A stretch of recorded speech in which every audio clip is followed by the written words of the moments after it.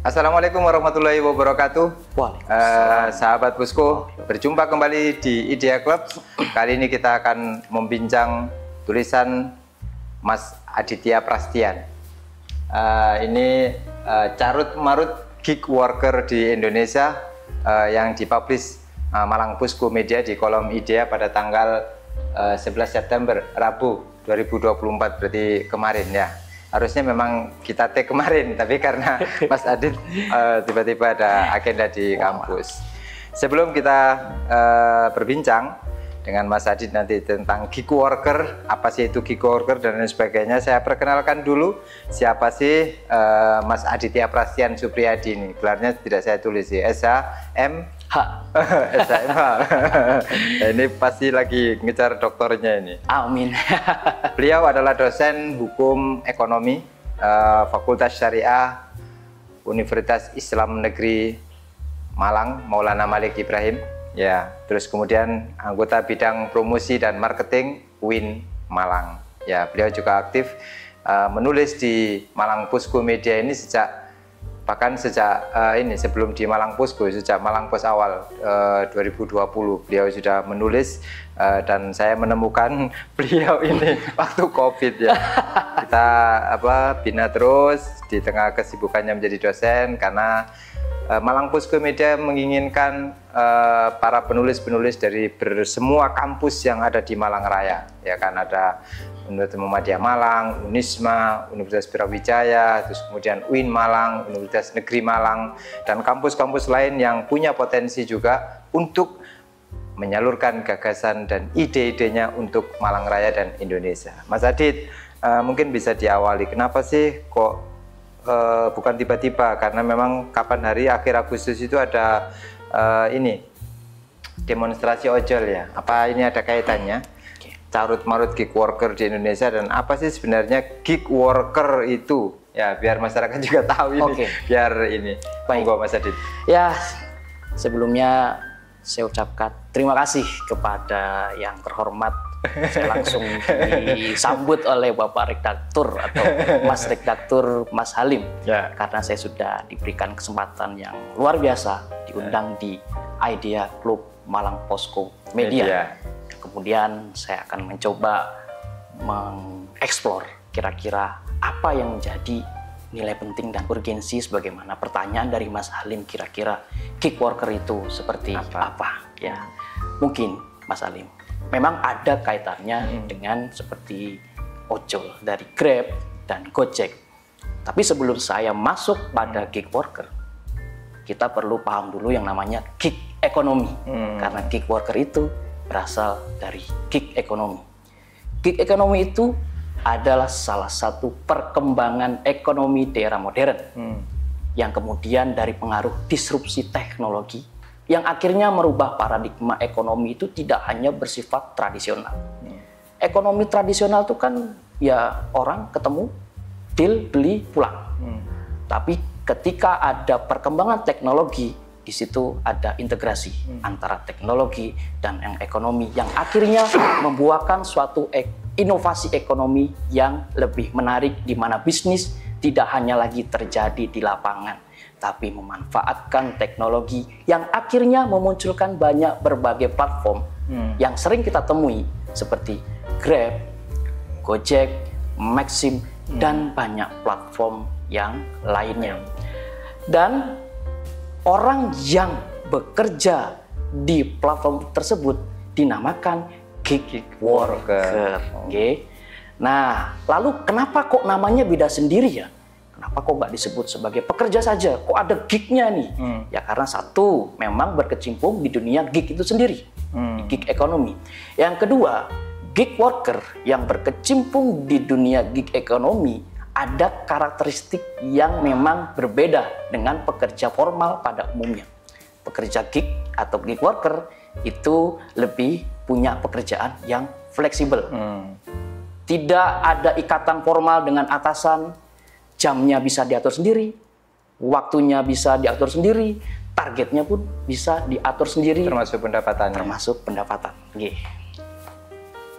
Oke, terus? Oke, saya lanjut. Masuk kepada inti persoalan, Mas.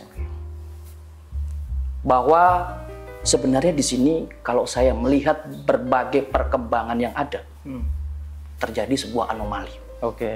Anomali yang menarik. Mungkin kita bisa menemukan bagaimana perkembangan atau munculnya pertama kali aplikasi transportasi online di Indonesia mungkin sekitar 2013 atau 2014 ya.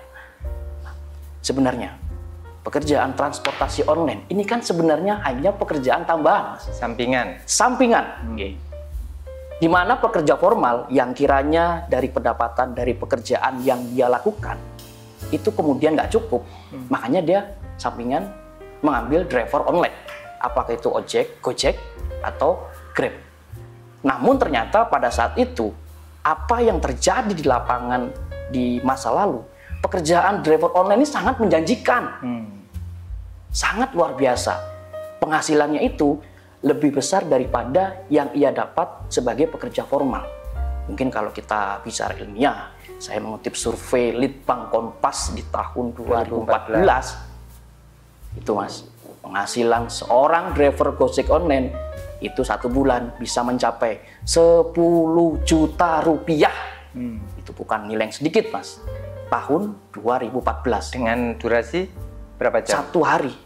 Selama hampir kurang lebih ya 7 jam aja. 7 jam. Nah, 7 sampai 10 jam itu paling mentok kalau misalnya mau. Berarti sekitar 100 jam per bulan ya?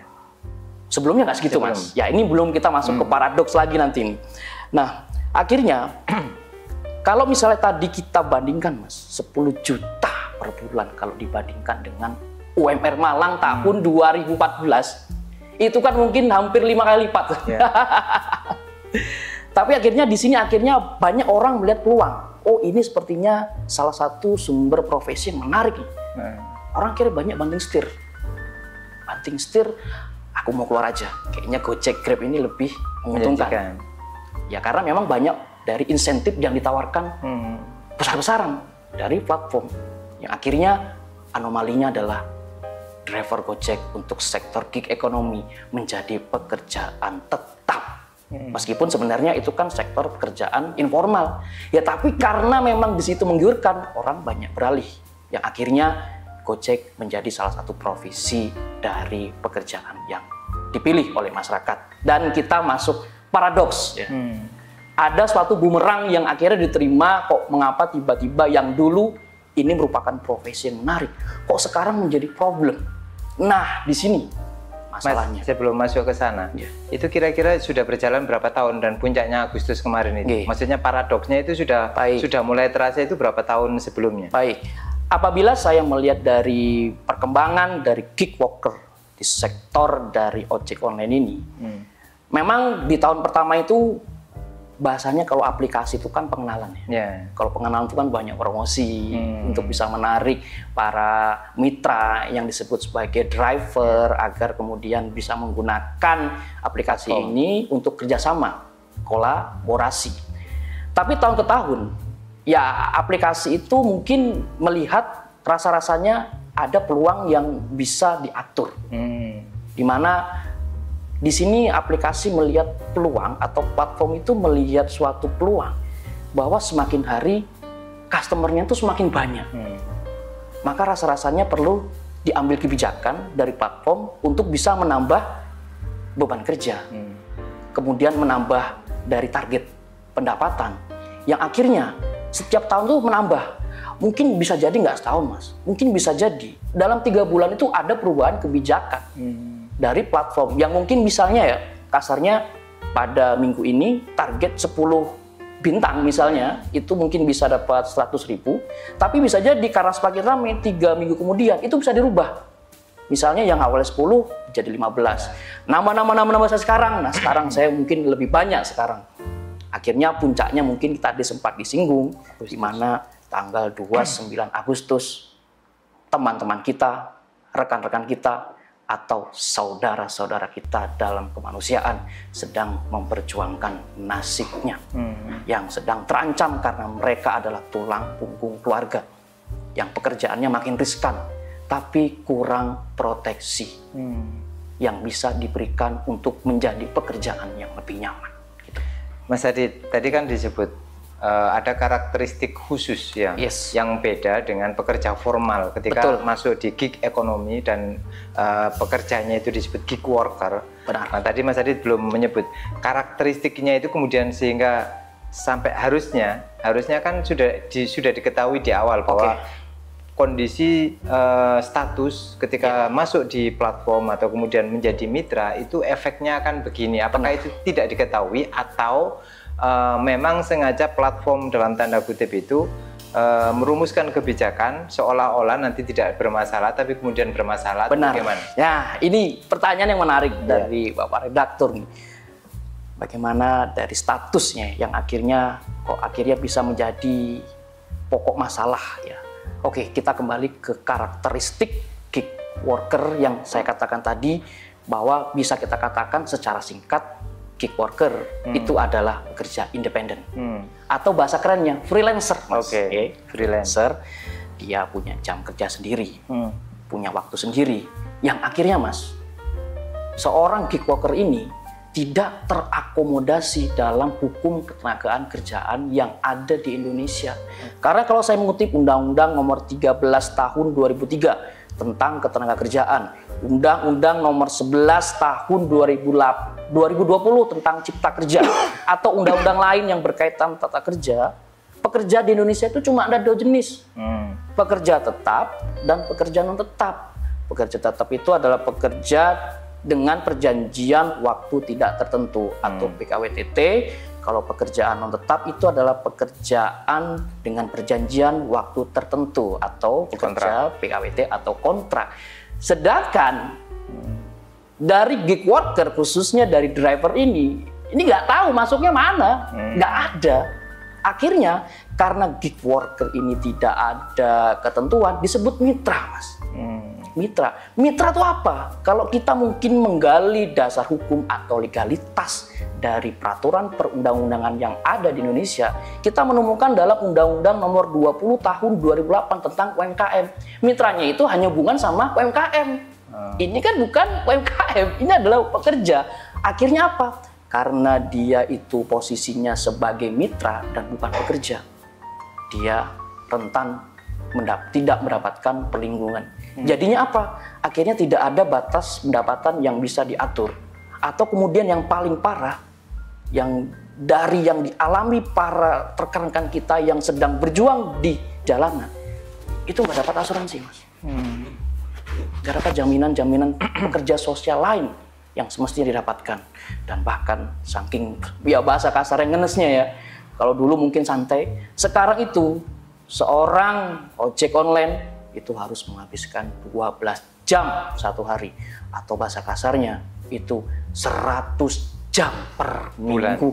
Per minggu, itu per minggunya untuk jamnya. Dan pendapatannya pun tidak sama dengan pendapatan di saat dia merintis, di saat Gojek itu muncul. Karena apa? Karena sekarang pendapatannya hanya sekitar 4 juta berdasarkan survei Kemenhub, atau bahkan ada yang hanya 50% saja. 50% dari 4 juta, 2 juta, berarti kurang sampai 60% sampai 80%. Dan ini sebenarnya kalau menurut saya pribadi, ya ini adalah kembali lagi ke platform. Kenapa kok seperti ini? Ya karena dia membiarkan sebagai mitra, atau bahasa kasarnya mungkin akal-akalan platform supaya dia bisa tetap dapat keuntungan, namun tidak mau mengeluarkan beberapa akomodasi yang harus diterima oleh gig worker di sektor ojek online. Oke, Mas Adit dan sahabat Posko, kita masih akan terus memperbincangkan persoalan gig worker yang belakangan semakin menggelisahkan, dan juga terutama perlindungan hukum, juga perlindungan kesehatan dan juga ketenaga kerjaan bagi para gig worker di Indonesia. Kita break dulu, kita akan kembali ke sesi kedua selanjutnya setelah ini.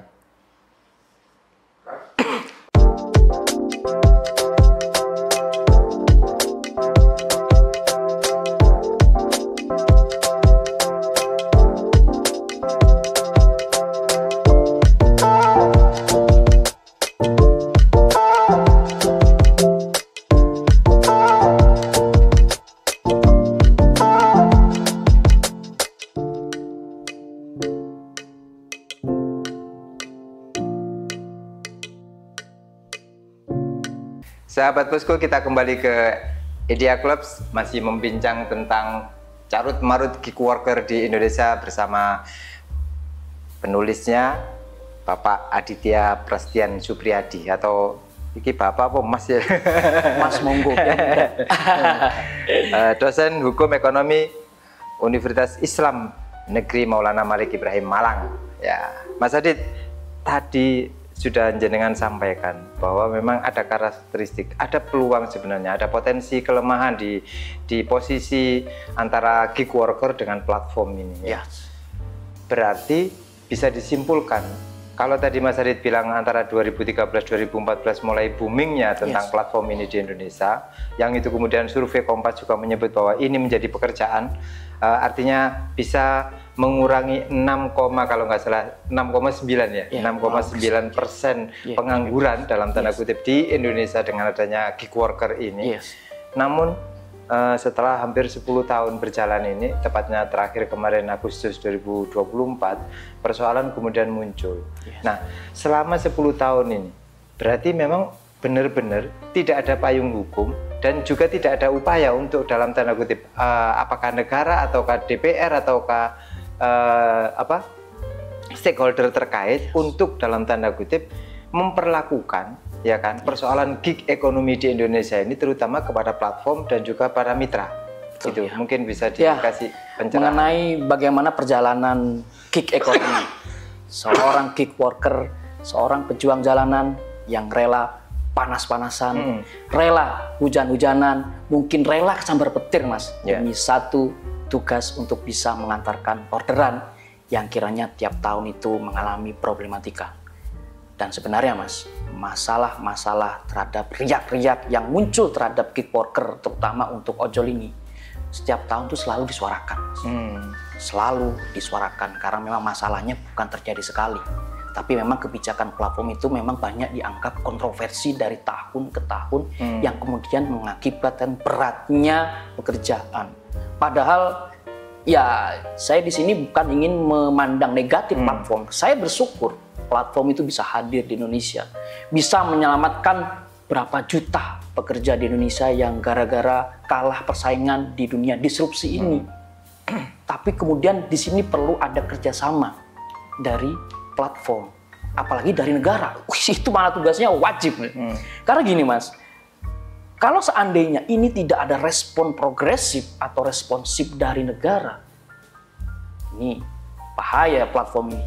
Bisa menjadi pemodal bos yang tidak bisa diganggu-gugat. Ini. Karena kenapa? Ada dampak negatif yang bisa diterima oleh para pekerja gig. Gara-gara nggak ada payung hukum. Tadi satu, jaminan sosial ketenagakerjaan nggak ada. Yang kedua, gara-gara nggak ada perjanjian kerja yang jelas, akhirnya platform itu bisa aja mengambil kebijakan sewenang-wenang tanpa harus melihat aspirasi dari mitranya atau secara partisipasi dengan para ojol yang ada di luar sana. Itu bisa aja, karena apa?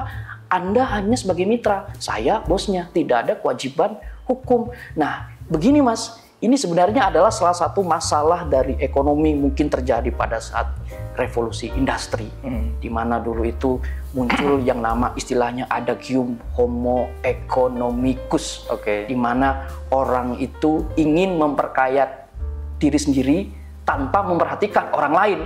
Nah, seperti ini sebenarnya kejadiannya ini. Platform dengan mudah mendapatkan keuntungan yang banyak tanpa memikirkan mitranya.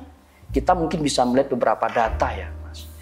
Gojek mungkin sekarang sudah merger dengan Tokopedia menjadi Goto. Itu di 2023 dapat penghasilan 10 triliun. 10 triliun itu bukan angka yang sedikit ya.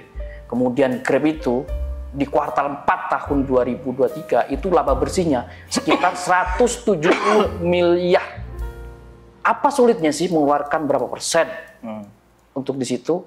Ya memang semuanya kembali kepada ketentuan hukum yang berlaku dari negara. Ya memang di sini memang perlu respon progresif, perlu respon yang konkret. Mengingat sebenarnya kalau kita melacak berbagai peraturan, ya mungkin peraturan itu hanya berasal dari kementerian. Misalnya Kominfo itu pernah menerapkan aturan mengenai tarif keberlakuan yang bisa diterapkan dari ojek online. Tapi ya mohon maaf, ini hanya sekelas peraturan menteri, Mas. Undang-undang aja, jangan kan undang-undang, Mas. Undang-undang dasar aja itu dibredeli, Mas, saya. Amandemen. Apalagi peraturan menteri. Peraturan menteri itu kekuatan hukumnya sangat kurang kuat. Yang akhirnya ini perlu respon yang harus digerakkan, yang harus hadir dari negara. Tidak hanya negara, tapi harus ada kepedulian, harus ada kesadaran terhadap platform bahwa Anda itu bisa mendapatkan pundi-pundi penghasilan yang besar. Itu tidak lepas dari peran mitra Anda. Jadi tolong perhatikanlah mereka supaya sama-sama saling menguntungkan. Ekonomi demokrasi, ekonomi Pancasila itu kan harus sama-sama menguntungkan, tidak boleh saling menindas, gitu. Berarti kalau kembali ke stakeholder, Yes. ada pemerintah, ada DPR, dan juga kemudian ada penegak hukum ya. Yes. Ya. Ini yang harus paling dominan, Mas ya. Benar. Ini kan butuh, kalau di liburan gitu kan seneng ya kita ngomong SKB, surat apa istilahnya itu, Kementerian Bersama itu Yes. menandatangani bahwa nanti libur, cuti dan lain sebagainya. Nah, Yeah. ini kan harusnya juga kan SKB ya. Betul, yeah. Beberapa dinas atau beberapa kementerian ya Betul. yang harus Yeah. dalam tanda kutip mengawal dan mengadvokasi lahirnya undang-undang tentang platform misalnya. Betul. Atau ya. Betul, ya. Bagaimana menurut Ya, Mas Adit? oke. Itu yang disampaikan dari Mas Halim itu sebenarnya bisa digunakan sebagai solusi jangka pendek sementara untuk menutupi kekosongan payung hukum sebagai proteksi atau perlindungan dari gig worker, khususnya bagi driver ojol. Berbagai SKB itu kemudian, Mas, harusnya memang bisa dibuat, bisa. Sebagai koordinasi dari Kementerian Ketenagakerjaan, Ya. dari kemudian Kominfo dan Kominfo. kementerian lain yang bisa terkait, mereka itu memang harus bisa membuat. Tapi satu, hukum itu kalau hanya di atas kertas, nggak bergerak, Mas. Tapi bagaimana sifat hukum yang harusnya bisa memaksa, itu para elit yang di atas harus juga bergerak. Jangan hanya share. Tapi kalau nggak ada tindakan konkret yang bisa menekan, platform justru akan lepas tangan. Makanya di sini akhirnya yang menjadi hal penting pertama adalah bahwa kalau dari saya pribadi sama seperti Mas Halim, bahwa rasa-rasanya kita harus mereformasi hukum ketenagakerjaan. Bahwa tenaga kerja hari ini mungkin masih berkiblat pada pekerja tradisional.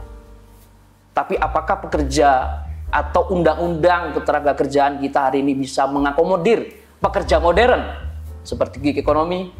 Ini yang harus bisa diatur, harus digodok DPR, bersinergi dengan pemerintah, dengan presiden. Ini amanat negara loh, Mas, melindungi pekerja itu. Secara dasar kita bisa membuka dalam amanat pembukaan Undang-Undang Dasar bahwa negara itu harus menjamin kemakmuran rakyat, memajukan kesejahteraan umum, dan yang paling penting ada di pasal 27 ayat 2 Undang-Undang Dasar 1945 bahwa setiap orang itu punya hak untuk mendapatkan pekerjaan yang layak beserta penghidupan yang layak pula. Maka ketika adanya fakta seperti di sini, rasa-rasanya mungkin pemerintah masih sibuk soal berbicara kursi ke depan, siapa yang mau masuk, siapa yang keluar, dan siapa yang akan menggantikan. Begitu. Ya, Mas Adit, kalau misalnya berkaca ke luar negeri mungkin ya, Yes. Apakah di luar negeri juga kondisinya sama Yes. dengan di Indonesia yang Oke. pekerja gig worker itu, ataukah sudah diakomodir oleh undang-undang atau ketentuan-ketentuan hukum sehingga perlindungan terhadap gig worker di luar negeri itu beda dengan di Oke. Indonesia? Ya, benar. Ya, apabila kita berkiblat dengan negara luar, rasa-rasanya ini yang menarik ya, karena Indonesia harus belajar ke negara luar. Gig ekonomi ini memang asalnya bukan dari Indonesia, Mas. Dari luar, dari negara luar, yang bahasanya mungkin bisa jadi kita bisa dikatakan terlambat. Terlambat dalam respon sekaligus terlambat dalam menata dan terlambat dalam mengatur. Ya tentu kalau kita mungkin melihat beberapa riset yang kemudian sudah saya cantumkan di idea saya, bahwa memang sebenarnya masalah gig gig ekonomi yang menimpa pekerjanya atau gig worker, ya negara luar tuh sudah merespon. Mereka sudah mulai merancang, terutama di Uni Eropa. Itu ya? Iya, sudah merubah klasifikasi statusnya itu. Supaya apa? Ketika ada perubahan status yang kemudian terakomodir, apakah dia pekerja tetap atau tetap, tujuannya tadi, Mas. Supaya para gig worker di luar negeri itu bisa mendapatkan proteksi. Proteksi apa? Ya proteksi seperti perlindungan sosial ketenaga kerjaan, seperti asuransi, jaminan hari tua, kemudian jaminan kesehatan. Itu sebenarnya penting loh, Mas, bagi para driver ojol. Kita tahu ya, seorang driver ojol itu kan kerjaannya sangat risiko. Nggak kenal ngantuk, nggak kenal panas, nggak kenal hujan. Resiko terjadinya suatu kecelakaan itu dikejar waktu, kejar waktu belum target, itu sangat besar. Ya kita nggak tahu, walau alam bisawab, ya semoga saya doakan para driver di ojol selalu sehat selalu. Jika terjadi satu insiden, Mas, satu kecelakaan, kemudian siapa yang mau nanggung? Pribadi pasti, karena nggak ada asuransi, kecuali dia mau bikin sendiri, berat. Tapi kalau seandainya ada peserta dari perusahaan, itu akan ada pembagian iuran. Dan ketika dia itu tidak ada yang menanggung, satu, dia harus mengeluarkan kocek lebih, dan kemudian apalagi, Mas? Siapa yang bekerja? Karena dia adalah tulang punggungnya. Itu kan salah satu isu yang harus dilindungi dari seorang pekerja, bahwa perlindungan sosial yang mungkin bisa diturunkan dari aturan, yang bisa diajarkan atau bisa dipelajari dari perkembangan aturan yang mulai dikembangkan atau diterapkan di negara, apakah di Eropa atau di Amerika. Itu harusnya cekatan negara ini. Jangan hanya diam saja. Bahwa platform dari gig ekonomi itu sudah menyumbang rupiah yang sangat besar. Yang diuntungkan bukan hanya platform, tapi juga negara yang bisa menambah PDB. Maka tentunya negara juga tidak boleh diam. Harus bisa mengatur, bisa menjamin seorang yang bekerja di situ karena dia adalah manusia. Mas Adit, apakah bisa nggak ada tekanan lain atau gerakan lain yang bisa tadi itu, kalau nunggu dalam tanda kutip kebijakan politis atau keputusan politis atau gerakan politis yang lain, mungkin masih butuh waktu tahun, ya kan, tidak hanya cukup 1 tahun atau 2 tahun, bahkan mungkin puluhan tahun untuk bikin draft. Buktinya tadi kita mengulas mulai 2013 sampai sekarang pun, ya kan, itu kan bukan waktu yang pendek, tapi tidak ada satupun produk hukum yang bisa melindungi. Nah, ini faktor dalam tanda kutip, memang faktor kesengajaan atau memang faktor kelemahan dari sisi yang Mas Adi tadi sampaikan, itu memang kita tidak siap secara infrastruktur ataupun sangat terlambat adaptasi dengan gig worker ini, atau jangan-jangan harus ada gerakan masif dari para gig worker untuk misalnya mogok gitu. Cuman persoalannya mereka sudah sangat terikat. Iya, itu betul. Gitu kan, sudah sangat terikat. Andai kan mereka masih bisa dalam tanda kutip mendapatkan gaji, misalnya harian dalam tanda kutip, nah mungkin bisa mogok seminggu gitu, mungkin akan bisa langsung menurunkan ininya ya. Gimana? Nah, dari masalah ini, maka memang sebenarnya sekarang ini kan era digital, Mas. Sekarang itu kan no viral, no justice. Gerakan masif itu saya pikir perlu. Tapi ya gitu, memang ada resiko. Kalau sampai mogok itu pasti mereka nggak bisa lama-lama. Karena mereka pekerjaan di sana dan tidak ada yang menanggung. Tapi kalau menurut saya pribadi, maka langkah konkret sambil menunggu, sambil melihat bagaimana situasi politik, hukum yang ada di Indonesia itu bisa merespon, maka sebenarnya salah satu solusinya adalah ya boleh ada tekanan protes besar yang menjadi aspirasi perjuangan para driver ojol untuk memperjuangkan nasibnya, tapi juga perlu diakomodir oleh negara, kemudian bisa menerjunkan menterinya. Atau kemudian dari DPR bisa mengadakan audiensi, bisa bermusyawarah bersama.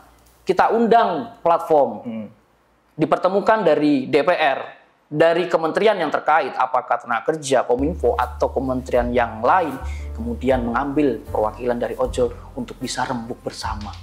Kira-kira baiknya mau dibawa kemana? Karena kalau sudah musyawarah, Indonesia ini kan Pancasila, terkenal dengan musyawarah. Saya yakin dengan musyawarah yang baik, dengan komunikasi yang bagus, pasti akan ada solusi untuk bisa menyusun skema pekerjaan yang lebih proporsional, yang lebih layak, dan yang lebih manusiawi untuk para ojol, para rekan-rekan kita yang sedang berjuang untuk bisa mendapatkan penghasilan yang layak untuk diperjuangkan. Begitu, Mas. Oke, terima kasih Mas Adit. Ya. Kita semakin seru ya kan perbincangan tentang carut marut gig worker di Indonesia. Mas Adit tadi menyampaikan ini sudah mendesak. Ada payung hukum bagi para gig worker untuk perlindungan sosial, kesehatan, dan juga ketenaga kerjaan. Biar para gig worker di Indonesia bekerja dengan nyaman tanpa resiko apapun. Maka dibutuhkan kekuatan politik, kekuatan ataupun gerakan yang mendorong lahirnya payung hukum di Indonesia. Selengkapnya bisa sahabat Pusku ikuti di channel YouTube Malang Pusku Media.